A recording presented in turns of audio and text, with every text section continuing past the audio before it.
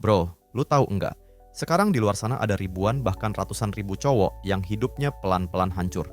Bukan karena narkoba, bukan karena alkohol, bukan juga karena kriminal, tapi karena satu hal yang sering mereka lakukan diam-diam setiap malam. PMO, pornografi, masturbasi, orgasme.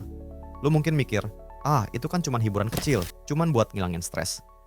Tapi, bro, itu bukan cuma kebiasaan, itu candu. Dan parahnya, lu enggak sadar kalau itu pelan-pelan ngancurin hidup lu. Bukan cuma mental, tapi juga fisik. Otak lu literally berubah. Dan yang bikin lebih ngeri, semua itu terjadi diam-diam. Gua enggak mau kasih motivasi manis. Gua enggak peduli lu umur berapa, status lu apa, kerjaan lu apa, atau seberapa sering lu ibadah. Kalau lu masih kecanduan PMO, dengerin baik-baik. Karena ini buat lu, bukan buat orang lain, bukan buat temen lu. Ini buat lu, yang sekarang lagi nonton, dan mungkin mulai ngerasa deg-degan karena ngerasa relate. Lu pikir masturbasi itu solusi buat stres? Lu pikir nonton konten dewasa itu cara aman buat ngilangin penat? Salah besar. Justru itu sumber dari stres lu. Sumber dari rasa hampa yang enggak lu ngerti datangnya dari mana. PMO bikin lu males. Bikin lu susah fokus. Bikin lu enggak punya motivasi hidup. Karena apa? Karena dopamin lu rusak. Otak lu kebiasaan nyari kepuasan instan. Sedikit-sedikit pengen enak. Enggak bisa sabar. Enggak bisa konsisten. Coba pikir, kapan terakhir kali lu ngerjain sesuatu sampai tuntas tanpa rebahan di tengah jalan? Kapan terakhir kali lu bangun pagi dengan semangat? Kapan terakhir kali lu ngobrol sama cewek tanpa pikiran kotor? Atau kapan terakhir lu ngerasa tenang waktu sendirian? Kalau semua itu udah mulai hilang dari hidup lu, bisa jadi jawabannya ada di kebiasaan kecil yang lu pikir sepele itu. Konten dewasa dan orgasme 5 menit itu pelan-pelan ngambil hal yang jauh lebih berharga, harga diri lu. Dan ini bukan cuma soal moral, ini soal realita, soal sains.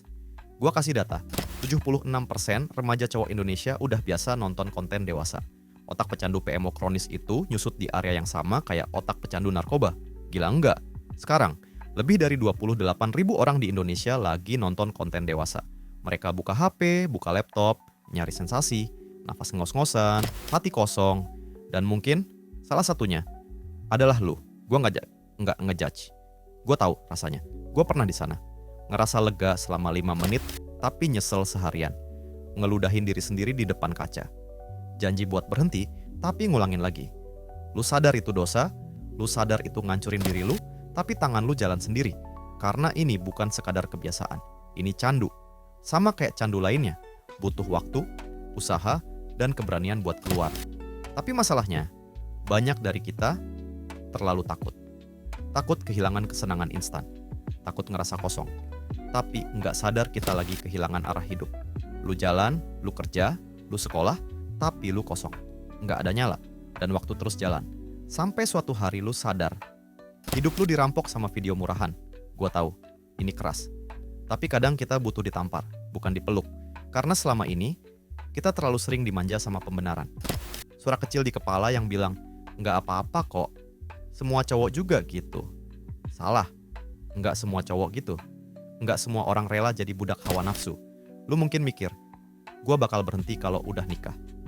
Bro, gua kasih tahu ya. Nikah nggak nyembuhin kecanduan PMO.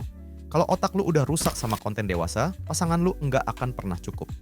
Karena konten itu ngajarin lu buat selingkuh, bahkan sebelum lu punya pasangan. Konten dewasa ngajarin lu bahwa tubuh wanita itu objek. Bahwa cinta cuma soal posisi dan penetrasi. Itu bukan edukasi, itu racun. Lu pikir gua ngomel? Enggak. Gua peduli. Gua tahu lu bisa berubah. Tapi perubahan enggak datang kalau lu terus nyari waktu yang pas. Enggak ada waktu yang pas. Waktu yang tepat itu sekarang. Saat lu masih bisa mikir. Saat otak lu belum sepenuhnya rusak. Berhenti nunggu motivasi. Karena motivasi itu datang setelah lu mulai, bukan sebelum. Dan gue tahu lu bisa relapse. Tapi gue juga tahu sekarang untuk pertama kalinya lu sadar. Lu sadar lu udah terlalu jauh. Dan itu langkah pertama. Kesadaran. Dari situ baru bisa tumbuh. Gue nggak bilang ini bakal gampang, tapi gue bisa kasih lu langkah awal. 1. Akui masalahnya. Jangan ngeles. Jangan nyalahin situasi. Lu harus jujur sama diri lu sendiri. 2. Kenali pemicu lu. PMO sering muncul waktu lu stres, bosan, atau kesepian. Lu harus tahu kapan dan kenapa lu kepancing. 3. Pasang pengaman. Hapus akses ke situs pemicu. Atur perangkat lu. Buat sistem yang bikin lu susah buat kambuh. 4.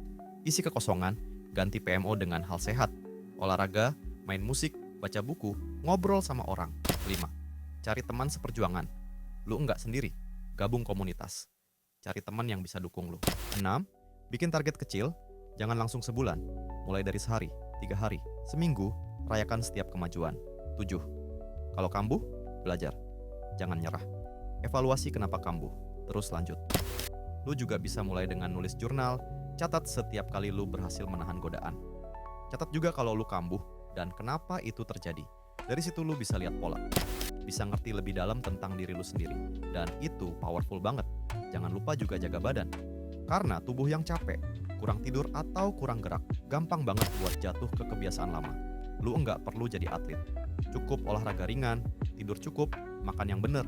Karena ketika tubuh sehat, mental juga lebih kuat. Lu punya waktu. Waktu yang lu pakai selama ini buat buka video, bisa lu pakai buat ngembangin skill, belajar hal baru, bangun sesuatu, mulai dari nol. Dan siapa tahu, dari perjuangan lu keluar dari PMO, lu malah nemuin jati diri lu yang sebenarnya. Gue pernah dengar satu kalimat, luka yang paling dalam kadang jadi sumber cahaya paling terang. Siapa tahu, perjuangan lu hari ini bisa jadi cerita inspiratif buat orang lain nanti. Ingat, lu enggak sendiri. Ada banyak orang di luar sana yang juga lagi berjuang, yang juga pernah jatuh dan bangkit lagi. Dan lu juga bisa. Sekarang coba lu bayangin versi terbaik dari diri lu. 6 bulan dari sekarang. Setahun dari sekarang. Hidup tanpa rasa bersalah. Bangun pagi dengan semangat, fokus kerja, makin dekat sama orang-orang, makin sayang sama diri sendiri. Itu semua mungkin. Tapi, lu harus mulai. Sekarang, bro, gue bikin video ini bukan buat nyindir, bukan buat ngejudge. Tapi karena gue tahu, lu punya potensi besar yang lagi kehalang sama satu kebiasaan kecil yang diam-diam jadi monster. Lu punya pilihan, tutup video ini dan balik ke kebiasaan lama.